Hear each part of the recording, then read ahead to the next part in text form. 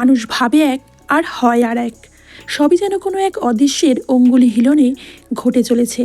মানিক বন্দ্যোপাধ্যায়ের কালজয়ী উপন্যাস পুতুল নাচের ইতিকথা অবলম্বনে রচিত আজকের কাহিনী। আর বেশি কথা না বলে গল্পের মধ্যে প্রবেশ করব। তার আগে বলে রাখি, আমি তোমাদের সাথে প্রিয়াঙ্কা, তোমরা দেখছো অনলি সিরিজ। যারা চ্যানেলে নতুন আছো অবশ্যই করে সাবস্ক্রাইব করে বেল বাটন প্রেস করে রাখো এই ধরনের আরও ভিডিও দেখার জন্য। আর যারা এই ধরনের ভিডিও দেখতে পছন্দ করে তোমাদের বন্ধু সার্কেলের মধ্যে অবশ্যই কিন্তু শেয়ার করে দেবে। কাহিনীর শুরুতেই আমরা দেখব শশী ডাক্তারকে। জঙ্গলের পথে বাড়ি ফিরতে গিয়ে তার চোখ পড়ে এক গাছের তলায় দাঁড়িয়ে থাকা এক ব্যক্তির দিকে, যাকে আলো আধারিতে ঠিক দেখে উঠতে পারছিল না। তখনই এক বিদ্যুৎ ঝলকানিতে সে দেখে যে এটা তাদেরই গায়ের হারু কাকা, যে হয়তো বাজ পড়ে মারা গেছে। তাই তার দেহটাকে নৌকায় তুলে তারা বাড়ি ফেরে। এই হারু কাকার ছেলে পরাণ। তড়িঘড়ি পরাণকে খবর দেওয়া হয় এবং গ্রামের সকলে মিলে সৎকার করে হারু কাকাকে। গ্রামের লোকের কাছে শশী জানতে পারে হারু কাকার ইচ্ছে ছিল তার মেয়ে মতিকে বিয়ে দেবে ম্যাট্রিক পাস ছেলের সাথে, এবং তার বিয়ের সম্বন্ধ দেখতেই সে গেছিল অন্য গায়ে এবং জঙ্গলের রাস্তায় তাড়াতাড়ি হবে তাই ভেবে ফিরতে গিয়েই তার এই অবস্থা। পরের দিন সকালে শশী উঠে তার বাগান পরিচর্যা করছিল। তখনই তার চোখে পড়ে তাদের কাজের মেয়ে কুন্দর ছেলে মাটি থেকে কুড়িয়ে কুড়িয়ে মুড়ি খাচ্ছে, যেটা দেখে সে খুবই রেগে যায় এবং কুন্দকে বলে, ছেলের যদি কলেরা হয়, নোংরা খেয়ে জামসগুলো শরীরে ঢুকছে, তখন বুঝবি। কুন্দ তড়িঘড়ি ছেলেকে কোলে নেয়, বলে বাটিতে মুড়ি দিলে তাড়াতাড়ি খেয়ে ফেলবে, তখন সে কাজ কি করে সারবে। এই হলো শশীর বাবা সুদখোর গোপাল দাস। গ্রামের অনেকেই তার কাছে চড়া সুদে টাকা নিত। বেলার দিকে একটা কলে যায় শশী। শশী গিয়ে দেখে ভূত গাছ থেকে পড়ে গেছে আম পাড়তে গিয়ে এবং তার ব্রেন হ্যামারেজ হয়ে গেছে এবং শশীর সামনেই ভূত মারা যায়। শশী তার বাপের মতো নয়। এই অবস্থায় সে ফিস চাইতে পারে না এবং গ্রামের পঞ্চায়েতের কাছে গিয়ে জানায় যে ভূত মারা গেছে। আজ বৃহস্পতিবার, বারবেলা পড়েছে। এই গ্রামের মানুষরা মনে করে যে এই বারবেলা খুবই খারাপ এবং এইভাবেই বারবেলায় অনেকেই পরপর মারা যাচ্ছে। তবে এই ধরনের কথায় শশী বিশেষ কান দেয় না। এই হলো কুসুম, হারু খুড়োর ছেলে পরাণের স্ত্রী। কুসুম পুকুর থেকে স্নান সেরে বাড়িতে ফিরে দেখে ননদ মতির শরীর খুব খারাপ, তার জ্বর আরও বেড়েছে। তাই মতিকে নিয়ে সে ঘরে শুইয়ে দেয়। সে জানে এক্ষুনি শশী আসবে, কারণ শশী মতির চিকিৎসা করছে। রোজ একবার করে সে মতিকে দেখে যায়। তাই একটু সেজেগুজে পরিপাটি হয়ে নেয় কুসুম। ঠিক তখনই সেখানে শশী আসলে কুসুম জানায় তার জন্য অপেক্ষা করতে করতে মতি ঘুমিয়ে পড়েছে। এ কথা শুনে ঘরের ভেতর থেকে তাদের দিদি ঠাকুরন উত্তর দেয়, মতির এক্ষুনি গোঙানি শুনলাম, কোথায় সে ঘুমিয়েছে। এ কথা শুনে শশী মতির চিকিৎসা করার জন্য ঘরে যায় এবং মতির হার্টবিট চেক করে। বাইরে থেকে কুসুম সবটা দেখছিল এবং একটু বিরক্তই হয়। আসলে সে যে মনে মনে শশীকে ভালোবাসে এবং নিজের প্রতি আকর্ষণ করতে চায়। তাই মতিকে দেখা হয়ে গেলে শশীকে নিজের ঘরে আসতে বলে কুসুম। শশী বাইরে থেকে আওয়াজ দিলে কুসুম নিজের হাতটা এগিয়ে দিয়ে বলে, দেখো তো, আমার সকাল থেকেই শরীরটা খারাপ লাগছে। এই কথা শুনে শশী বলে, তুমি একেবারে শক্ত সবল আছো, কোনো রকম রোগ নেই তোমার শরীরে, সেটা আমি দেখেই বুঝতে পারি। ঠিক তখনই কুসুমের বর পরাণ আসে। পরাণ শশীকে জানায় যে পাশের পাড়ার সুদেব তার বোন মতিকে বিয়ে করতে চেয়েছে। কথা শুনে শশী বলে, সুদেবের বয়স 40 পেরিয়েছে এবং হারু কাকার ইচ্ছে ছিল ম্যাট্রিক পাস ছেলের সাথেই বিয়ে দেবে। কথা শুনে কুসুম একটু বিরক্ত হয় এবং বলে যে ওর বাবা তো ওর জন্য ছেলে খুঁজতে গিয়ে মারাই গেল, আর তার কথা মেনে চলতে গেলে আমাদের ঘটিবাটি সবই বিকোবে, সুদেব বা মন্দ কিসের। বেলা পড়লে শশী পসার ছেড়ে যখন বাড়ি ফেরে তখনই সে লক্ষ্য করে যে মাঠে দাঁড়িয়ে কুসুম তার দিকে ইশারা করে ডাকছে। কুসুম বলে তার খুবই শরীর খারাপ, তাই ওই যন্ত্রটা দিয়ে যেন শশী তার চেক আপ করে। শশী তার কথা মতো যন্ত্রটা দিয়ে চেক করে বলে সে একেবারে সুস্থ। কুসুম জানতে চায় ওই যন্ত্র দিয়ে কি শোনা যায়। শশী জানায় যে এই যন্ত্র দিয়ে মানুষের মনের কথা শোনা যায়, যেটা শুনে কুসুম বায়না ধরে যে ওই যন্ত্র দিয়ে সেও শশীর মনের কথা শুনবে এবং যেটা দিয়ে সে শশীর মনের আওয়াজ শোনার চেষ্টা করে। এবং শশীকে আকর্ষণ করতে করতে শশীর দিকে ক্রমশ এগিয়ে যেতেই শশী ধপাস করে পড়ে যায় এবং কুসুম জোরে জোরে হাসতে থাকে। শশীও একটু লজ্জা পেয়ে গিয়ে তড়িঘড়ি ওখান থেকে পালিয়ে যায়। এই হলো যাদব পণ্ডিত, যে সবসময় গ্রামের মানুষদের কাছে বলে যে সূর্যজ্ঞান মহাজ্ঞান, এবং শশীকেও সেটাই বোঝানোর চেষ্টা করে। শশী তার কথায় বিশ্বাস না করলেও তার মুখের ওপর কোনো দিন কিছু বলে না। যাদব পণ্ডিত মাটিতে ঠুকে ঠুকে হাঁটতে বলে শশীকে, কারণ এখানে যা সাপের উপদ্রব, তাই একটু বুঝে শুনে রাস্তায় চলাফেরা করাই ভালো। এই হলো যাদব পণ্ডিতের স্ত্রী শশীর নতুন দিদি। শশীকে দেখে তিনি খুবই স্নেহ করেন, শশীকে বসিয়ে মাথায় হাত বুলিয়ে দেন। শশী এখানে এসেই একটু শান্তির খোঁজ পায়। যাদব পণ্ডিত বলে সে কলকাতা থেকে কিছু ফল নিয়ে এসছে, সেগুলো যেন কেটে শশীকে দেয়া হয়। গ্রামের মধ্যে নতুন দিদি আর যাদব পণ্ডিতকে শশীও খুবই পছন্দ করে। এই হলো যামিনী কবিরাজ, সেন দিদির স্বামী। সেন দিদি কয়েকদিন ধরেই জ্বরে ভুগছে। শশী মাঝে মধ্যে এসে তাকে দেখে যায়, তবে আজ সে যখন দেখতে এসেছে তখন দেখে যে সেন দিদির সারা গায়ে গোটা বেরিয়েছে। বসন্ত রোগে আক্রান্ত হয়েছে সেন দিদি, তাই সেন দিদিকে তড়িঘড়ি নিয়ে বাইরে বসায় শশী, এবং তার জামা কাপড়গুলো গরম জলে চুবিয়ে দেয় এবং বলে আধ ঘন্টা ধরে এগুলো ফুটবে, তারপরেই এগুলো যেন তোলা হয়। তবে যামিনী খুড়ো খুবই রেগে যায় শশীর ব্যবহারে। সে মনে করে এটা ম্যালেরিয়া, তাই বেশি চিন্তা না করাই ভালো। রেগে গিয়ে শশী বলে আপনি যে রোগ ঠাউর করতে পারছেন না সে তো নয়, তবে আপনি কি চান? ওপর থেকে সেন দিদি বলে শশী তুমি না পারলে আমাকে হাসপাতালে রেখে এসো, এখানে থাকলে আমি মরে যাব। দুপুরে খেতে বসলে শশীর বাবা গোপাল তাকে বারংবার সাবধান করে সে যেন সেন দিদির বাড়িতে বিশেষ না যায়, কারণ সেন দিদির নামে অনেক কলঙ্ক আছে। যে কথা শুনে শশী খুবই রেগে যায় এবং বলে সবথেকে বড় কলঙ্কটা তোমার নামে আছে। আসলে শোনা যায় যে গোপাল আর সেন দিদির মধ্যে নাকি একটা সম্পর্ক রয়েছে, যার জন্য গোপাল একটা বুড়ো কবিরাজ দেখে সেন দিদির তার সাথে বিয়ে দেয়। ছেলের মুখে কথা শুনে গোপাল খুবই রেগে যায় এবং বলে তুমি কি কথা বিশ্বাস করো? গোপালের কথায় বিরক্ত হয়ে শশী খাবার ছেড়ে উঠে গেলে গোপাল খুবই রেগে যায় এবং বলে তোমাকে পড়াশোনার জন্য কলকাতায় পাঠানোই আমার ভুল হয়েছিল। এদিকে রাত হতেই আমরা দেখি যামিনী কবিরাজ বাড়ির নিচে পায়চারি করছে, অন্যদিকে ঘরে শশী সেন দিদির পিঠে ওষুধ লাগিয়ে দিচ্ছে। সেন দিদির সারা শরীরে এখন ক্ষত। সেন দিদি শশীকে জিজ্ঞাসা করে তোমার এখানে আসতে ভয় করে না? শশী বলে এ রোগের টিকে আমার নেওয়া রয়েছে, তাই আমার কিছু হবে না। সেন দিদি জানতে চায় যে তার বাবা কিছু বলে না এখানে আসলে? শশী চুপ করে থাকে এবং সারা রাত ধরে সেন দিদির দেখভাল করে। ভোর হতেই বাড়ি ফেরে শশী এবং নাওয়া খাওয়া করে একটু বিশ্রামের পর আবার সেন দিদির বাড়িতে যায়। কুসুম ঘাটে কাজ করছিল, শশীকে দেখে এসে পেছন দিয়ে ডাক দিলে শশী বলে আমার এখন তোমার আবোল তাবোল কথা শোনার সময় নেই, আমি সেন দিদির বাড়িতে যাচ্ছি। এই বলে সেখান থেকে চলে যায়। কিছুক্ষণ পরেই মতি স্নান করতে আসে এবং কুসুমের কাছে জানতে চায় যে শশী দাদা কি এখান থেকে চলে গেছে। যে কথা শুনে কুসুম খুবই রেগে যায়। মতি কুসুমকে সাবান মাখিয়ে দিতে বললে কুসুম বলে কি সেজে গুজে তুই কি মনে করছিস তোকে শশী বিয়ে করবে? এক অশিক্ষিত বর্বর মেয়ে, তোকে শশী কখনোই পছন্দ করবে না, যেটা বলে তাকে এক চড় মেরে ওখান থেকে চলে যায়। অন্যদিকে শশীকে এসে তার বাবা আবার বলে যে যামিনী খুড়ো নিজেই কবিরাজ, সে থাকতে তুই ওখানে গিয়ে চিকিৎসা করছিস, ব্যাপারটা কিন্তু বিশেষ ভালো ঠেকছে না। শশী বিরক্ত হয়ে বেরিয়ে যায় বাড়ি থেকে এবং পরাণের বাড়িতে গিয়ে পরাণের কথা জানতে চাইলে কুসুম একটা আগুনের গোলা ছুঁড়ে মারে এবং বলে এটা পরাণের বাড়ি, সেন দিদির বাড়ি নয় যে যখন তখন এখানে চলে আসা যায়। এ কথা শুনে শশী সেখান থেকে চলে যায়। দিকে গ্রামে যাত্রা দল এসেছে, যে কথা শুনে শশী যায় যাত্রা দেখতে। তখনই সে খেয়াল করে যাত্রা দলের মধ্যে তার কলেজের প্রিয় বন্ধু কুমুদকে। কুমুদকে দেখে শশী খুবই অবাক হয়, কারণ কুমুদের মতো ফার্স্ট ক্লাস ফার্স্ট ছেলে যে কিভাবে যাত্রা দলের নাম লিখিয়েছে সেটা ভাবতেই পারছে না শশী। কুমুদ লেখাপড়ায় শশীর দিক থেকে অনেক এগিয়ে ছিল। কুমুদ জানায় বাড়ি থেকে পালিয়ে সে এক যাত্রা দলে যোগ দিয়েছিল এবং যাত্রা করতে করতে 1 বছরের মধ্যেই তাকে প্রধান চরিত্রে নিয়ে নেওয়া হয়। তারপর থেকেই কুমুদ যাত্রা করে।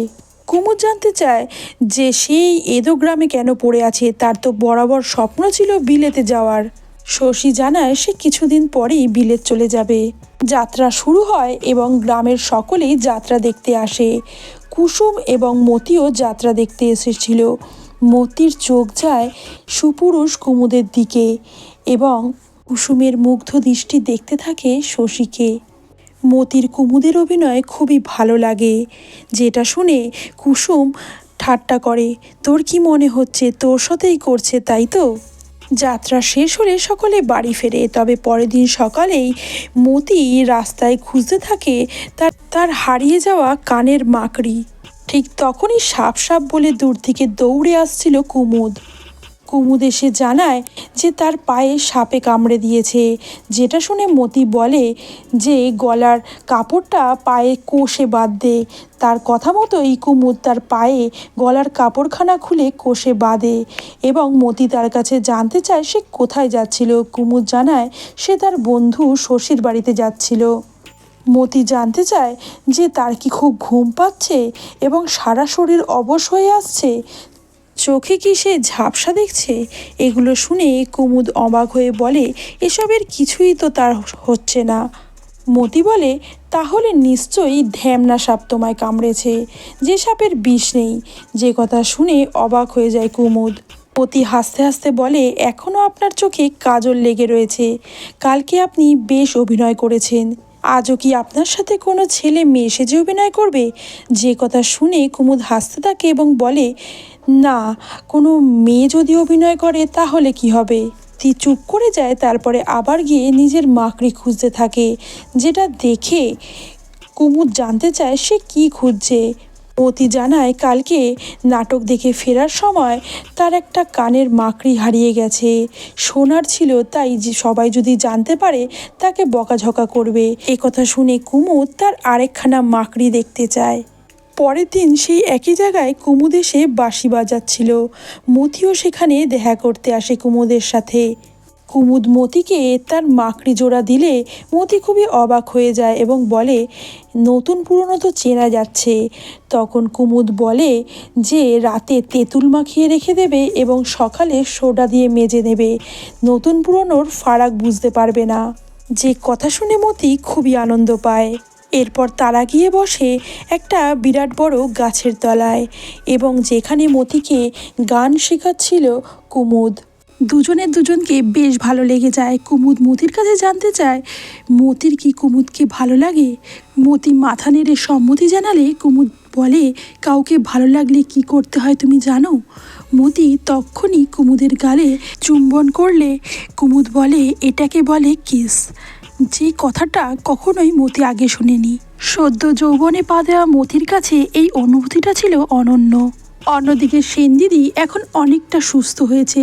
শশী সেনদিদির সাথে দেখা করতে গেলে সেনদিদির স্বামী শশীর ওপরে খুবই রাগারাগি করে এবং বলে তুমি ভুল চিকিৎসা করেছো, সেই জন্য ওর একটা চোখ নষ্ট হয়ে গেছে। শশী সেনদিদির সাথে কথা বলতে গেলে সেনদিদি নিজের ঘরের দরজাটা বন্ধ করে দেয় এবং শশীকে বলে ফিরে যেতে। এইভাবে কয়েকদিন কেটে যায়। শশীর মনটা বিশেষ ভালো নেই। শশী দেখা করতে আসে যাদব পণ্ডিতের সাথে। যাদব পণ্ডিত শশীকে আবারও তার সূর্যবিজ্ঞান নিয়ে কথা বলতে গেলে শশী এবারে খুবই বিরক্ত হয় এবং মুখের ওপর বলে দেয় যে আমি আপনার সূর্যবিজ্ঞান বিশ্বাস করি না।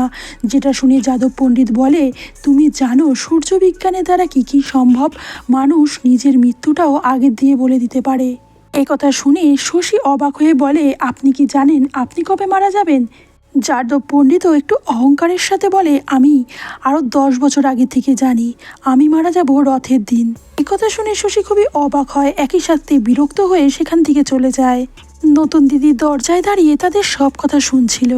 এরপরে শশী একটা কলে গেছিল অন্য গ্রামে। 2 দিন পর সেখান থেকে ফেরে। কুমুদ শশীর সাথে দেখা করতে এসে জানায় সে মতিকে বিয়ে করতে চায়। কথাটা শুনে খুবই অবাক হয় শশী। বলে মতির মতো গেঁয়ো মেয়ের সাথে তুই কি সংসার করতে পারবি? তোর বোহেমিয়ান জীবনে তুই ওকে জড়াস না। মতি কখনোই তোর উপযুক্ত নয়। যে কথা শুনে কুমুদ বলে যে আমার পছন্দ মতো মেয়ে ভূভারতে খুঁজলে পাওয়া যাবে না। আমি মতিকে নিজের মতো গড়ে পিঠে নেব। মতির সাথেই আমি বিয়ে করতে চাই। এবং মতির দাদা পরাণের সাথে কথা বলার দায়িত্ব কুমুদ শশীর ওপরে দিয়ে বেরিয়ে যায়। এদিকে রাতের দিকে শশী যায় মতিদের বাড়িতে কথা বলতে। তখন সেখানে কুসুম ছিল। শশী কুসুমকে বলে যে মতি কুমুদের সাথে বিয়ে করলে কখনোই সুখী হতে পারবে না, কারণ কুমুদ যেরকম বহিমিয়ান ছেলে, ও এক জায়গায় বেশি দিন মন শান্ত করে রাখতেই পারে না। এর থেকে ভালো মতিকে যদি আমি বিয়ে করি কেমন হয়। যে কথা শুনে কুসুম খুবই রেগে যায়, বলে যদি বিয়ে করেন? এ ধরনের কথায় কোনো যদি থাকে না। আর আপনি এখন বিয়ে করতে চাইলেও মতি আপনার সাথে বিয়ে করতে চাইবে না, কারণ মতি কুমুদবাবুকে ভালোবাসতে শুরু করেছে। যে কথা শুনে শশী আর কোনো কথা না বাড়িয়ে ওখান থেকে বেরিয়ে পড়ে। রাতের দিকে শশী যখন বাড়িতে ফিরছে তখন কুসুম এসে শশীকে দাঁড় করায় এবং বলে, এই চাঁদনি রাতে আপনার সাথে কোথাও পালিয়ে যেতে মন চায়। কুসুম নিজের শারীরিক আবেদন নিয়ে শশীর কাছে উপস্থিত হলে শশী বলে, তোমার শুধু শরীর আর শরীর, তোমার মন নেই কুসুম। আমি সারা জীবন এই এদো গ্রামে থাকবো না, আমি বিলেতে যাব। যে কথা শুনে কুসুমও চুপ করে যায়, আর কোনো কথা বলে না। নির্দিষ্ট দিনে মতির বিয়ে হয়ে যায়। কুমুদ মতিকে নিয়ে পাড়ি দেয় অন্য গ্রামে। এক অনির্দিষ্ট জীবনযাত্রার পথে এগিয়ে চলে মতি আর কুমুদ। দূর থেকে দাঁড়িয়ে সবটাই দেখে শশী। এরই মধ্যে একদিন সেনদিদি শশীর কাছে এসে ক্ষমা চায়, বলে, তুমি আমার চোখটা ঠিক করে দাও, কোনো মতে আমার এই চোখটা যাতে ঠিক হয়ে যায়। শশী জানায় সেটা সম্ভব না, তবে তার জন্যে সে একটা কাচের চোখ দিতে পারে। যে কথা শুনে খুবই রেগে যায় সেনদিদি, বলে, নকল চোখে তুমি আমাকে ভোলাতে এসেছো? হ্যাঁ, কবিরাজ ঠিকই বলে, তুমি ভুল চিকিৎসা করে আমার চোখটা নষ্ট করেছো। যে কথা শুনে খুবই দুঃখ পায় শশী। দুদিন পরে গ্রামের কিছু মানুষ এসে শশীর কাছে জানতে চায় তার কাছে কি যাদব পণ্ডিত বলেছেন রথের দিন তিনি দেহত্যাগ করবেন। একথা শুনে শশী খুবই অবাক হয়, কারণ সে একমাত্র পরাণকেই এই কথাটা বলেছিল আর কাউকে বলতে বারণ করেছিল। তবে পরাণ যে এইভাবে কথাটা সবাইকে বলে দেবে সে ঘুণাক্ষরেও বুঝতে পারেনি। শশী সকলকে আটকাতে চাইলেও কাউকে আটকাতে পারে না, কারণ ব্যাপারটা নিয়ে গ্রামে হইচই পড়ে যায়। সকলে চলে যায় যাদব পণ্ডিতের বাড়িতে। শশী যখন যাদব পণ্ডিতের বাড়িতে যায় তখন সে দেখে অনেক গ্রাম থেকে লোক এসেছে যাদব পণ্ডিতের সূর্যবিদ্যার কথা শুনতে। নতুন দিদি শশীকে বলে, তুমি আমার এত বড় ক্ষতি কেন করলে শশী? শশীর কাছে কোনো উত্তর ছিল না এ কথার। তখনই যাদব পণ্ডিত সেখানে আসলে শশী তাকে বলে যে, আপনি সকলকে বলে দিতে তো পারতেন যে মৃত্যুর দিন পিছিয়ে গেছে। যে কথা শুনে যাদব পণ্ডিত খুবই রেগে যায়, বলে, তুমি কি চাও গ্রামে আমাকে নিয়ে হাসাহাসি হোক? এবং শশীকে ধমকে সেখান থেকে বের করে দেয়। খুবই রেগে যায় যাদব পণ্ডিত। কিছুক্ষণের মধ্যেই গ্রামের সমস্ত মহিলা এসে সিঁদুর পরিয়ে বরণ করে নেয় নতুন দিদিকে এবং অপেক্ষা করতে থাকে রথের দিনের জন্য। পরের দিনই শশীর সাথে দেখা করতে আসে কুসুম। তখনই কুসুম একটা চিঠি দেখে এবং চিঠিটা পড়তে শুরু করে, যেটা ইংলিশে লেখা ছিল। যেটা দেখে শশী খুবই অবাক হয়, কারণ শশী জানতো না যে কুসুম ইংরেজি পড়তে পারে। কুসুম জানায় তার বাবা শখ করে ইংরেজি মাস্টার রেখেছিল, তারপরে বিয়ে দিয়ে দেয় এই চাষার সাথে। শশীর মুখটা ভার দেখে কুসুম জানতে চায় তার কি কিছু হয়েছে। শশী তাকে বলে, যাদব পণ্ডিতের কথাটা একমাত্র পরাণকে সে বিশ্বাস করে বলেছিল, আর পরাণ গ্রামের সকলকে বলে দিয়েছে। তারপরে যেটা হচ্ছে সে কিছুতেই মেনে নিতে পারছে না। কুসুম বলে, তার স্বামী মুখ্য সূক্ষ্ম মানুষ, কোথায় কি বলতে হয় সেটা জানে না। এটা শশীরই ভুল হয়েছে পরাণকে এই কথাগুলো জানানো। তবে শশী তো একজন ডাক্তার, সে তো পারে এই মৃত্যুটা আটকে দিতে, সে পারে না। যেটা শুনে শশী অবাক হয়ে যায়। তখনই কুসুম জানায় যে তার বাবা আসবে, সে বাপের বাড়ি চলে যাবে। যে কথা শুনে শশী বলে, অনেক দিন ধরেই তো শুনছি তুমি চলে যাবে, কোথায় যাচ্ছ তো না। যেটা শুনে খুবই কষ্ট পায় কুসুম এবং বলে, আপনি কি কিছুই বোঝেন না? শশী বলে, বুঝবো না কেন, কিন্তু আমার তো স্বপ্ন বিলেত যাওয়ার। এই এদো গ্রামে আমি কতদিন আর থাকবো। যেটা শুনে আর কিছু কথা না বলে কুসুম সেখান থেকে চলে যায়। এদিকে দেখানো হয় রাতের দিকে গোপাল দাস আর সেন দিদি বাগান বাড়িতে রয়েছে। সেন দিদি তাকে গান শোনায় এবং কিছুক্ষণ পরে তারা দুজনে ঘনিষ্ঠ হয়। আসলে লোকমুখে যেটা প্রচলিত ছিল সেটাই সত্যি, তাদের মধ্যে সকলের অলক্ষ্যে ছিল একটা ঘনিষ্ঠ সম্পর্ক। এদিকে রথের দিন মহাসমারোহে চলছিল যাদব পণ্ডিত এবং তার স্ত্রীর মৃত্যুর আয়োজন, যেটা চোখের সামনে দাঁড়িয়ে দেখতে হচ্ছিল শশীকে।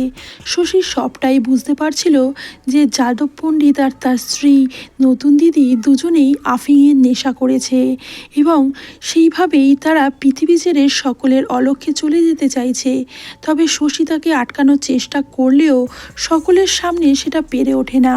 শশীর মন চায় সকলকে থামিয়ে সে একটা ইঞ্জেকশন দিয়ে যাদব পণ্ডিতকে সুস্থ করে তুলুক, কিন্তু তখনই তার খেয়ালের মধ্যেই যাদব পণ্ডিত তার হাতটা ধরে নিয়ে বলে, তুমি পারবে না শশী, তুমি পারবে না, তোমার মনের জোর নেই।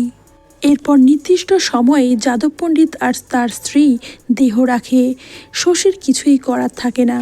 কয়েকদিন পরে গ্রামের লোক শশীকে ডেকে পাঠায় এবং শশীর হাতে তুলে দেয় কিছু কাগজপত্র, যেখানে লেখা আছে যে যাদব পণ্ডিত তার সমস্ত সম্পত্তি গ্রামকে দান করে দিয়ে গেছে, কিন্তু সে চায় শশী যাতে সেখানে একটা হাসপাতাল গড়ে তুলুক। শশী যদি সেই কাজের দায়িত্ব না নেয়, সেই সমস্ত সম্পত্তি চলে যাবে সরকারের খাতায়। এই গ্রামের লোকেরা শশীকে প্রায় জোর করেই এই কাজে নিযুক্ত করে এবং গ্রামে তৈরি হয় একটা হাসপাতাল। কুসুম শশীর জন্য অপেক্ষা করতে করতে এখন বিরক্ত। সে তার বাবাকে খবর দেয় তাকে নিয়ে যাওয়ার জন্য। কয়েকদিনের মধ্যেই কুসুমের বাবা আসে। সে শশীর সঙ্গে দেখা করতে আসে এবং জানায় যে তার কথাতেই তার মেয়ে রাজি হয়েছে তার সাথে চলে যাওয়ার জন্য। সে তার মেয়েকে অনেকদিন ধরেই বলছিল যে এই গ্রাম থেকে তাকে নিয়ে যাবে, কিন্তু সে কিছুতেই রাজি হচ্ছিল না। কিন্তু শশীর কথায় নাকি সে রাজি হয়েছে, তাই তাকে ধন্যবাদ জানাতে আসে কুসুমের বাবা। শশী খুবই অবাক হয় যে তার কথায় কুসুম রাজি হয়ে গেল এখান থেকে চলে যাওয়ার জন্য। তখনই কুসুম নিজের বাড়ির সমস্ত জিনিস গোছগাছ করছিল এবং বাড়ির বাইরে থেকে কুসুমকে তালতলায় ডেকে নিয়ে যায় শশী। শশীর ডাকে কুসুম তালতলায় আসে এবং বলে, এই প্রথম তুমি আমাকে ডেকে পাঠালে। শশী হঠাৎ করেই কুসুমের হাতটা জড়িয়ে ধরে বলে যে তোমাকে কোথাও যেতে হবে না, তুমি চলে গেলে এই গ্রামে আমি আর থাকতে পারবো না। নিজের হাতটা ঝটাস করে সরিয়ে নিয়ে কুসুম বলে, এতদিন তোমার জন্য আমি অপেক্ষা করে থাকতাম, কিন্তু তোমার সময় হয়নি। একটা তাতানো লোহাকেও যদি কেউ ফেলে রাখে সেটাও একদিন ঠান্ডা হয়ে যায়। সেরকম যে কুসুমকে তুমি চাইছো সে কুসুম কবেই মরে গেছে। সব কিছুরই একটা সময় থাকে। যে কুসুম একদিন আপনার একটা ডাকে নিজের সংসার ছেড়ে বেরিয়ে আসতে পারত, সে কুসুম আর নেই। কুসুম শশীর ডাক অগ্রাহ্য করে চলে যায়। কুসুম ছিল শশীর কাছে কুড়িয়ে পাওয়া 4 আনা, যাকে কোনোদিন দাম দেয়নি শশী। কুসুমের চলে যাওয়া শশীকে বুঝিয়ে দিল যে কুসুম তার জীবনে কতটা প্রয়োজনীয় ছিল। অন্যদিকে যামিনী কবিরাজকে দেখানো হয় যে কোনো একটা ঔষধি তৈরি করছিল এবং ওপরে তাকিয়ে সেন দিদিকে দেখে নানা রকম আজে বাজে কথা বলছিল এবং খুব রেগে যাচ্ছিল। তখনই সেন দিদিকে দেখানো হয় সেন দিদি এখন সন্তান সম্ভবা। তাই যামিনী কবিরাজ ঠিক করেছিল যে জড়িবুটি দিয়ে তার বাচ্চাটা নষ্ট করে দেবে। এজন্য তিনি গভীর জঙ্গলে গেছিলেন সেই জড়িবুটির সন্ধানে। তবে সেখানেই এক বিষধর তার পায়ে কামড়ে দেয় এবং মুহূর্তের মধ্যেই লুটিয়ে পড়ে যামিনী খুড়ো। দিন গভীর রাতে গোপাল তার ছেলে শশীর কাছে এসে সাহায্য ভিক্ষে করে, বলে সেন দিদিকে বাঁচিয়ে নিতে। সেন দিদি খুবই কষ্ট পাচ্ছে। শশী ডাক্তার, তাই সমস্ত ভালো লাগা খারাপ লাগাকে দূরে সরিয়ে সে নিজের কর্তব্য সারে এবং সেন দিদির কোলে আসে একটা ফুটফুটে সন্তান। তবে সেন দিদিকে সে বাঁচাতে পারে না। হঠাৎ করে হার্ট ফেল করে বসে সেন দিদি। কয়েকদিন পরেই শহর থেকে শশী তার এক ডাক্তার বন্ধুকে ডেকে আনে গ্রামে, গ্রামের হাসপাতালটাকে দেখাশোনা করার জন্য। কারণ শশী চেয়েছিল যে এই ডাক্তারকে গ্রামে রেখে সে বিলেতে যেতে। শশীর বাবা গোপাল সবটাই বুঝতে পেরেছিল, তাই 2 দিন পরেই রাতের অন্ধকারে ওই ডাক্তারকে জোর করেই গ্রাম থেকে পাঠিয়ে দেয় শহরে এবং ধমক দেয় যাতে সে আর এমুখো না হয়। এবং পরের দিন সকাল হতেই সে ওই ছোট্ট দুধের বাচ্চাটাকে নিয়ে বেরিয়ে পড়ে অনির্দিষ্টকালের জন্য। কাজের মেয়ে কুন্দর কাছে শশী সবটা জানতে পেরে খুবই অবাক হয় তার বাবার আচরণে। শশীর আর গ্রাম থেকে বেরোনো হয় না, একে একে গ্রামের সকল মানুষ যেন তাকে ছেড়ে চলে যাচ্ছিল। আর শশী আটকে গেছিল ভবিতব্যের বেড়াজালে। সে গ্রামেই থেকে যায় এবং তার দীর্ঘদিন লালিত বিলেত যাওয়ার স্বপ্নগুলো একে একে যেন কোথায় হারিয়ে যায়। আর এখানেই শেষ হয় আজকের কাহিনী। ভিডিওটি ভালো লাগলে অবশ্যই লাইক অ্যান্ড শেয়ার করে দিও। আর এই ধরনের আরও ভিডিওর জন্য অবশ্যই করে সাবস্ক্রাইব করে পাশে থেকো। দেখা হচ্ছে আরও নতুন কোনো ইন্টারেস্টিং ভিডিওর সাথে। ততক্ষণের জন্য খুব ভালো থেকো, সুস্থ থেকো।